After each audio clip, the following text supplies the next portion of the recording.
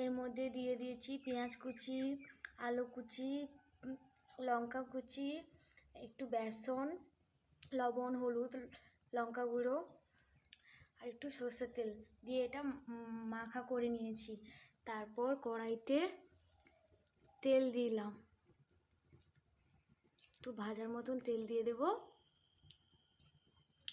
তারপর তেলটা যখন গরম হবে তারপর এইগুলো আস্তে আস্তে করে এগুলো দিয়ে দেব। বোন এগুলো মাখাচ্ছে, হাই বলে দাও। এই তো কড়াইয়ে তেলটা গরম হওয়ার জন্য আমরা 2 মিনিট অপেক্ষা করব।